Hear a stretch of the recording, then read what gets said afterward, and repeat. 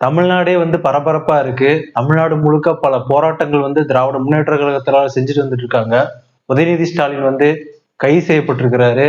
ஏன் கைது செய்யப்பட்டாரு, அவர் இதுக்கு முன்னாடி என்ன பேசினாரு அப்படின்றத இந்த வீடியோ நம்ம ஃபுல்லா பார்க்கலாம்.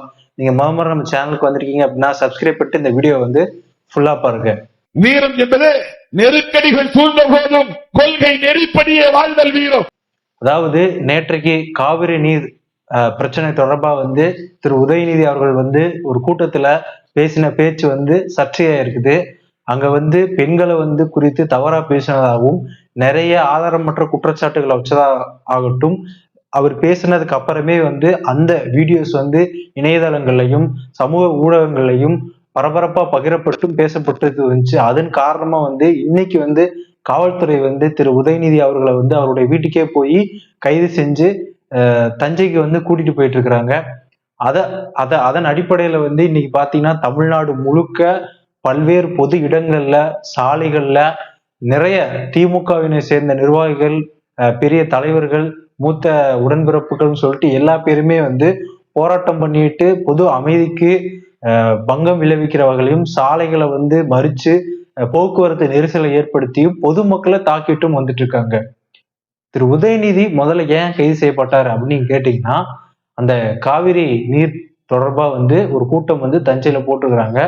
அப்போ அங்க என்ன பேசியிருக்கணும் அப்படின்னு கேட்டீங்கன்னா, அந்த நீர் தொடர்பா பேசியிருக்கணும், மேகதாது அணை தொடர்பா, காவிரி நீர் பிரச்சனை தொடர்பா அவர் பேசியிருக்கணும். ஆனா வந்து அவர் என்ன பேசுறாரு அப்படின்னா, அதாவது முதல்வர் மேல நிறைய குற்றச்சாட்டுகள் வச்சிட்டு இருக்கிறாரு. வச்சு முடிச்சதுக்கு அப்புறமா வந்து தொண்டர்கள் வந்து திருசா திருசா அப்படின்னு சொல்லி அந்த நடிகையின் பெயரை சொல்லி கத்துறாங்க.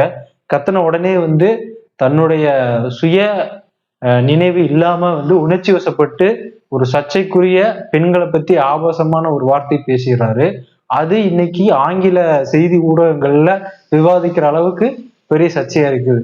ஒரு எதிர்கட்சி தலைவர் அப்படின்றது தமிழ்நாட்டின் அரசினுடைய மிக முக்கியமான ஒரு பொறுப்பு.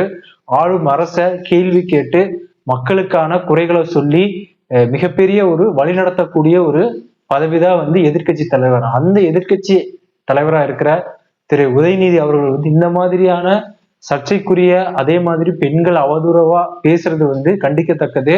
இந்த பேச்சை கண்டிச்சு நிறைய தலைவர்கள் வந்து கண்டனம் தெரிவிச்சிருந்தாங்க. அந்த வகையில விடுதலை சிறுத்தைகளுடைய கட்சி தலைவர் டாக்டர் தொல் திருமாவளவன் எம்பி அவர்கள் வந்து இந்த விஷயம் தொடர்பா என்ன சொல்றாரு அப்படின்னா, அதாவது எதிர்கட்சி தலைவர்ன்ற ஒரு பதவி வந்து முக்கியமான பதவி. அந்த பதவியில இருந்துட்டு இருக்கிற திரு உதயநிதி அவர்கள் பேசின பேச்சு பெண்கள் குறித்து அவதூறா பேசுறது வந்து கண்டிக்கத்தக்கது அப்படின்னு அவர் சொல்லியிருக்கிறாரு. அது மட்டும் இல்லாம இன்னொரு விஷயம் என்ன சொல்லியிருக்கா, நாளைக்கு வந்து பட்ஜெட் கூட்டத்தொடர் நடைபெற உள்ள நிலையில இன்னைக்கு திரு உதயநிதி அவர்களை வந்து கைது செஞ்சிருக்க கூடாது அது அப்படின்ற மாதிரியான ஒரு கருத்தும் வச்சிருக்கிறாரு. ஆனா வந்து இவர் பேசின பேச்சை வந்து முழுமையா கண்டிச்சிட்டு இருக்கிறாரு. இதனால கைது செஞ்ச உடனே வந்து தமிழ்நாடு முழுக்க இருக்கிற திமுகவுடைய கட்சியை சேர்ந்தவர்கள் வந்து ஆர்ப்பாட்டம், போராட்டம், சாலை மறியல் அப்படின்னு சொல்லி பொதுமக்களுக்கு இடையூறு பண்ற வகையில வந்து நிறைய விஷயங்களை நம்ம செஞ்சுட்டு இருக்கிறத பார்க்கலாம். அதனால வந்து கைது செய்யப்பட்டது வந்து ஒரு தவறான அணுகுமுறையாக இருந்தாலும் பொது அமைதிக்கு வந்து இவங்கெல்லாம் வந்து பங்கம் விளைவிக்கிற வகையில செயல்படுறது கண்டிக்கத்தக்கது.